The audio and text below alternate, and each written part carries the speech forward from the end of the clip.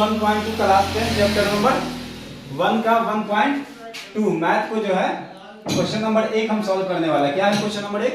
निम्नलिखित संख्याओं को अभाज्य गुणनखंडों के गुणनफल के रूप में लिखें। हमारे पास 4 नंबर है, 140, 156, 5005, 7419। ठीक है, ये 4 नंबर है। इसमें से मैं 2 का बना लेता हूँ, 2 होमवर्क दे दूंगा। पहला बना देता हूँ यहाँ पर अभाज्य गुणनखंड मतलब लगेगा तो उसमें अभाज्य संख्या से भाग लगाना है। अभाज्य संख्या जैसे कि 2, 3, 5, 7 इस प्रकार का नंबर मतलब वैसी संख्या जो 2 से भाग ना लगे उसको अभाज्य संख्या बोलते हैं। तो लगा देते, देखो 2 से लगाते हैं 140 कितनी बार में, तो पहले ये 1 में आएगा, तो 2 के पहाड़ में 1 नहीं आता तो ये 4 को भी शामिल कर दो, 14 हो गया 1 मिला करके। तो 2 के पहाड़ में 14 आता है 7 बार में, ये चीजों को वैसे उतार दो। ठीक है, अब दूसरा बार दोबारा 2 से लगने वाला है तो 2 से लगा। 2 के पहाड़ में 7 नहीं आता, 7 से कम कितना आता है 6, कितनी बार में आता है 3 बार में। 7 से कम 6 कितना कम, 1 कम है, तो ये जो 1 जो बचा है वो इसमें लगा दो तो 10 हो जाएगा। तो फिर 2 के पहाड़ में 10 कितनी बार में 5 बार में।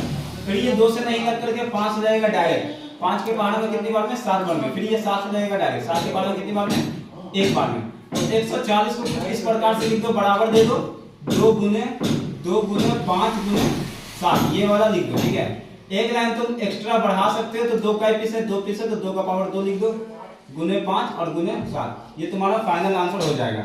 ये वाला तुम खुद से बना लेना, ये वाला भी तुम खुद से बना लेना, ये वाला हम बता देते हैं। इसमें 2 से भी नहीं लगेगा, 3 से भी नहीं, 4 से भी नहीं, 5 से भी नहीं, तुम पढ़ते रहो तभी नहीं लगेगा। डायरेक्ट हम लगाते हैं 17 से।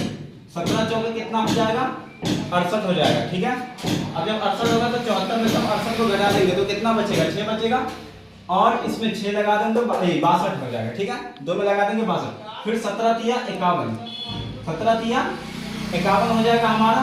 तो 62 में से अगर हम 51 घटाते हैं तो कितना बचेगा 11। अब ये 11 9 में लगा लेंगे तो ये 119 हो जाएगा। तो फिर 17 7 119 हो जाएगा। ठीक है, इतनी बार में लगेगा। अब फिर ये लगेगा तुम्हारा 19 के पहाड़ में, शायद 19 के पहाड़ में देख लेते हैं, 2 बार में लगा दो तो 19 दूनी 38, इसमें से कितना बच जाएगा 5 बच जाएगा, 43 में से 38 जाएगा तो फिर 5 उसमें लगा दो 7 में तो 57 हो जाएगा। तो 19 तिया 57 कितना 19 तिया 57। अब ये लगेगा 23 से, 23 इकाई 23, तो ये हो जाएगा तुम्हारा, इसको लिख दो कितना है 74 है, मैं सही से लिख देता हूँ 74 और 29, ये कितना आ जाएगा 17 गुने 19 गुने 23। कुछ इस प्रकार से हमारा अभाज्य गुणनखंड के गुणनफल के रूप में लिखा गया। ठीक है, ये वाला ये लिखा गया। ये 2 था, बाकी 2 तुम खुद से बना लो।